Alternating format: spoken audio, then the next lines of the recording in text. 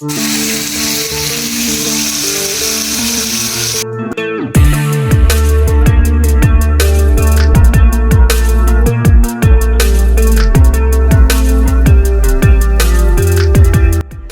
সবাইকে, সবার সঙ্গে দেখা হলো আবার একটা নতুন টপিক ভিডিও নিয়ে।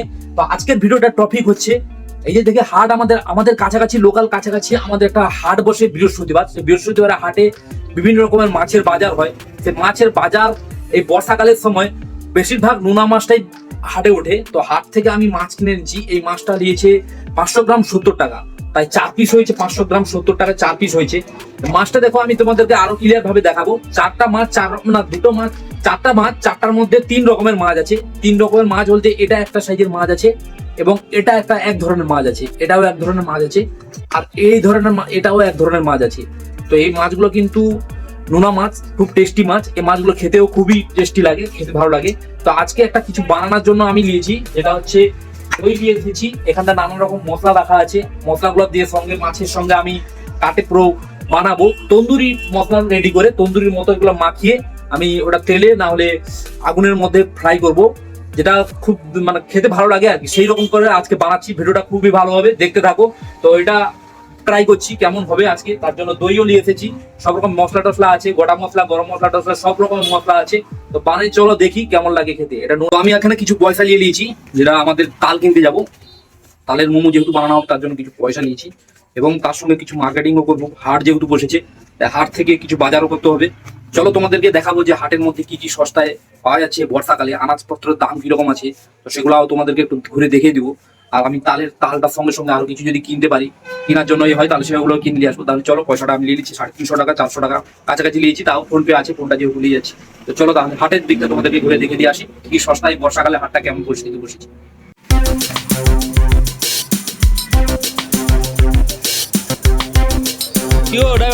হ্যাঁ, ভালো ভালো।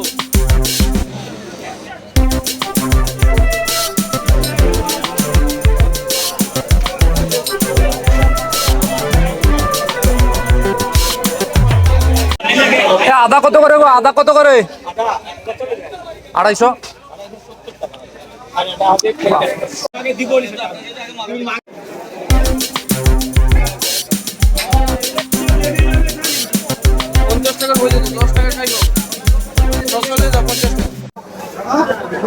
ঝিঙা কত করে গো?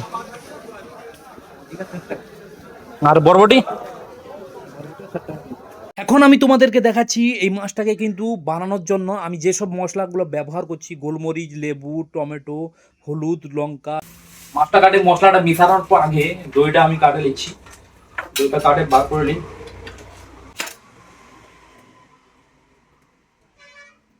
তো মাছগুলো নিয়েছি, মাছের এভাবে পিস পিস করে কাটবো। এবার তন্দুরি মশলাটা কিভাবে রেডি করব সেটা আমি এখন দেখাচ্ছি। এর জন্য কিন্তু টক দই নিয়েছি, জাস্ট মাস্ট দরকার হবে টক দই। তার জন্য হচ্ছে গুঁড়া লঙ্কা, কাশ্মীরি গুঁড়া লঙ্কা নিয়েছি, হলুদ নিয়েছি, লাগলে আরও নিব, লবণ নিয়েছি, গোলমরিচ নিয়েছি, মেথি পাতা নিয়েছি। মাছ 4 পিস আছে, এভাবে রিং পিরিং করে কাটতে হবে। টমেটো নিয়েছি, এটা একটা আলাদা চাটনি বানানোর জন্য, কাঁচা আলাদা চাটনি। জিরা নিয়েছি, আদা রসুন নিয়েছি। এবার আদা রসুনটাকে পেস্ট করব। আর হচ্ছে এটা একটা মশলা, সিক্রেট মশলা, যেটা হচ্ছে মোমোর মশলা, যেটা বানানো হয়। এবার টেস্টি, প্রচুর টেস্ট এটা খেতে, মোমোর সঙ্গে এটা টেস্ট লাগে, যেটা হারা চাটনি বলা হয়, পুদিনা পাতা টাতা দিয়ে বানানো আছে। আর এটা হচ্ছে টমেটো সস। তো এগুলোকে একটু একটু করে মাছের সঙ্গে মিশাবো। এইগুলো কিন্তু মাছের সঙ্গে মিশালে একটা টেস্ট, সম্পূর্ণ একটা অদ্ভুত তন্দুরি মানে একটা রেসিপি একটা বানানো হবে। আজকে দেখবো ভাই কেমন লাগে, টেস্ট খেতে কেমন লাগে। আর যদি ভালো লাগে তোমরা অবশ্যই বানিয়ে খেতে পারো। চলো তাহলে শুরু করা যাক রান্না। প্রথমে আদা রসুনটাকে কেটে পেস্ট বানালেই, আর এটাই তো মাস্ট দরকার হয়। তাই দইটাকে ওই সাইডের দিকে রাখে দিলাম, লঙ্কা টঙ্কাগুলো এই সাইডের দিকে রাখি দিলাম। ঠিক আছে, গ্লাসটা এখানে রাখলাম। তোমার আদা রসুনটাকে পেস্ট করার জন্য আমি কিছু আদা রসুন ছাড়ে দিচ্ছি। ভাই এখন আদার দাম প্রচুর। এখন 100 গ্রাম আদার দাম হচ্ছে 20 টাকা, যেটা অনেক আগে থেকেই বিক্রি হয়। কিন্তু দেশিভাবে রান্না হচ্ছে, শুধু বর্ষাকালের জন্য উনানটা নেই, নাহলে গ্যাসে রান্না করতে হবে, নাহলে কিন্তু ভাই পুরো দেশি স্টাইলে রান্না হবে।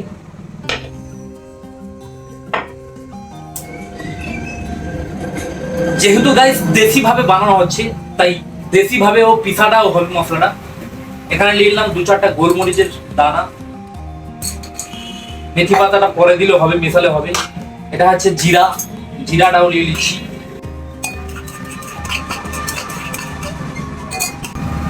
একটা কাঁচা লঙ্কা,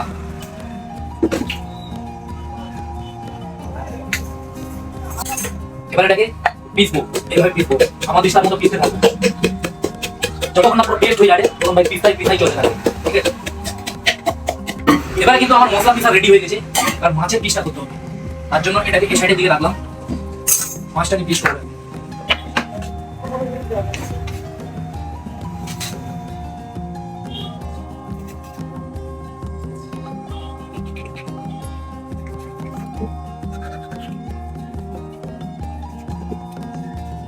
এভাবে পিস করে নিচ্ছি।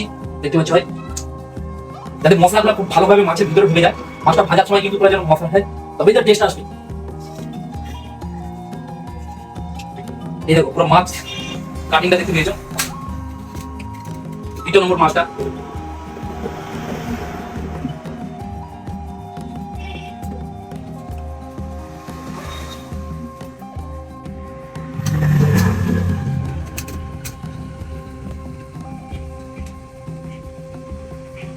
মশলাটাকে রেডি করছি। মশলাটার জন্য ভাই প্রথমে নিলাম টক দই,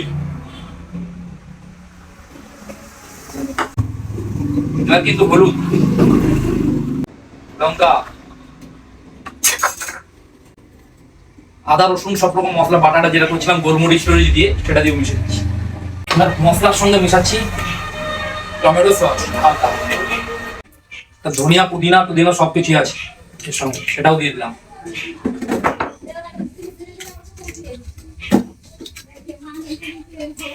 নুন দিতে হবে হালকা।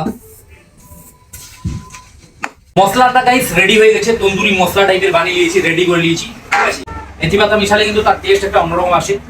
আর 2-4টা কেরি পাতা,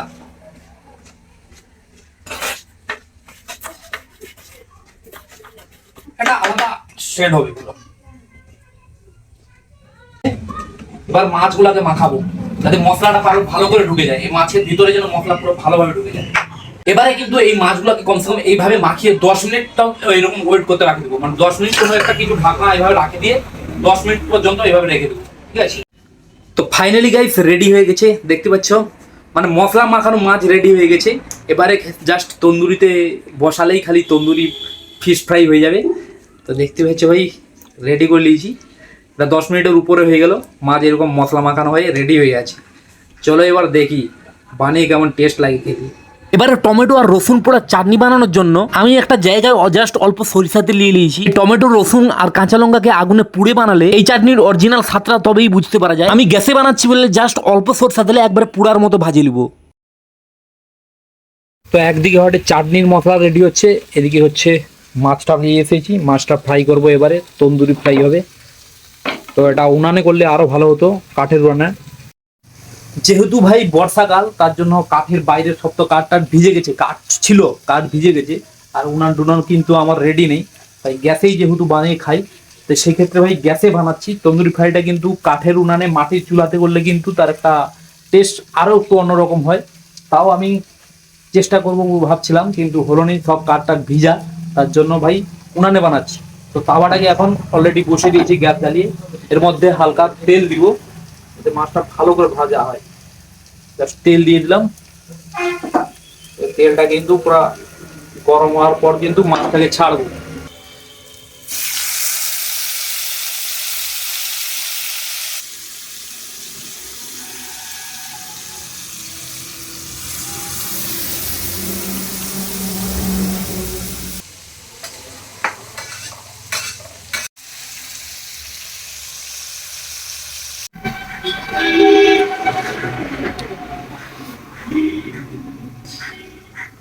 তো এখানে আমি দুপুরে খাবারের জন্য আজকে বানিয়ে নিয়েছি তন্দুরি ফিশ ফ্রাই। একটা থালায় অল্প করে ভাত, একদিকে হচ্ছে আলুর চাটনি, আর হচ্ছে থালায় টমেটো আর রসুন পোড়ার চাটনি। তা আমি বুঝতে পারছি না যে এই ফ্রিজে সাইডের দিকে এরকম জল জমে যাচ্ছে কিসের জন্য, আমি সেটা বুঝতে পারছি না। তো এটা যদি কারো, আর এই জল জমে যাওয়ার জন্য, ফ্রিজটা নতুন ফ্রিজ, 3 বছর মতো হয়েছে, 3 বছর মতো হয়েছে, কিন্তু পুরো নিচের দিকে এরকম জল ধরতে ধরতে ধরতে ধরতে, এই বর্ষাকালটাই হয়, গরমকালে তেমন একটা হয় না, বর্ষাকালটাই বিশেষ করে হয়, তবে জল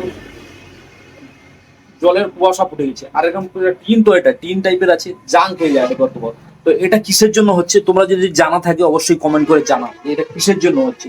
চার সাইডে, চার সাইডে, এই সাইডেও দেখতে পাচ্ছ ভাই জল জমে গেছে, এই সাইডেও জল, আর এই সাইডের দিকেও পুরো জল। এটা কিন্তু রিক্স তো প্রচুর পরিমাণে রিক্স আছে, যেহেতু কিছু নেই আমি হাত দিচ্ছি কিছু নেই, কিন্তু রিক্স ভাই এরকম প্রচুর। সবসময় তো ফ্রিজে এটা অটোমেটিকলি ফ্রিজ সবসময় লাইন দেওয়া থাকে, কিন্তু রিক্সটার জন্য আমি বুঝতে পারছি না এটা কিসের জন্য হচ্ছে। তোমরা কমেন্ট করে জানাও যে ফ্রিজের চার সাইডে এরকম জল জমে যাচ্ছে কেন। নিচটা দেখালে তোমরা বুঝতে পারবে নিচটা কিরকম নষ্ট হয়ে গেছে, এরকম জল ঝরে ঝরে ঝরার জন্য নিচের দিকটা পুরো নষ্ট হয়ে গেছে। আর এই জন্য যারা ফ্রিজ কিনবে এরকম টিন টাইপের, এই যে টিন টাইপের উপর সাইডে দেওয়া টিন টাইপের এই ফ্রিজ কিনো না, কারণ এখন পুরো স্টিলের ফ্রিজ পাওয়া যায়। পয়সা হয়তো বেশি পড়বে, কিন্তু স্টিলের ফ্রিজ কিনা সব থেকে বেস্ট। আর না হলে কিন্তু এই জায়গাটা এই টাইপের যে ফাইবার টাইপের থাকে, এই টাইপের যেগুলো হচ্ছে ডিপ ফ্রিজের মতো, এখন ডিপ ফ্রিজের মতো বেরিয়ে গেছে এই রকম টাইপের ডোর ফ্রিজ, তো এই রকম টাইপের কিনতে পারো। কিন্তু টিনের টাইপের ফ্রিজ কিন্তু এই প্রবলেমটা হচ্ছে বেশিরভাগ। এই ফ্রিজটাই তো আমি দেখলাম এরকম হচ্ছে, তো অন্য ফ্রিজে হচ্ছে নাকি বলতে পারবো, হয় নাকি বলতে পারবো না। তো কমেন্ট করে জানাবে তোমরা এটা কিসের জন্য হচ্ছে, এটাকে ঠিক করা কি মানে হতে পারে, কিভাবে ঠিক করা যায়। নষ্ট হয়ে গেছে পুরা, এই যে নষ্ট হয়ে গেছে, এই যে পুরো জাং খেয়ে খেয়ে পুরো নষ্ট হয়ে আসে নিচের দিকটা, একবার নিচের দিকটা পুরো নষ্ট। কেমন হয়েছে, রং টং মারলে মনে হয় ভালো হবে, বলতে পারুন। পুরা হয়ে গেছে কেমন, বেকার। এত দামকে ফিজলে বেকার।